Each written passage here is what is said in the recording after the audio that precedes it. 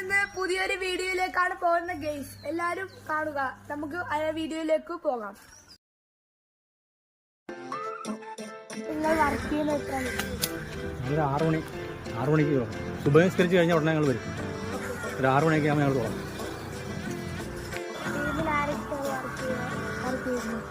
ഞങ്ങളുടെ ടീമിൽ പിന്നെ അസ്ലമുണ്ട്, നൗഷാദുണ്ട്, മുഹമ്മദ് ഉണ്ട്, കപ്പാമുട്, അൻസിൽ, നസീർ പുളിപ്പറമ്പ്, മേപ്പറമ്പ്, നസീർ മേപ്പറമ്പ്, പിന്നെ ബഷീർ കലാസ് കളപ്പ്.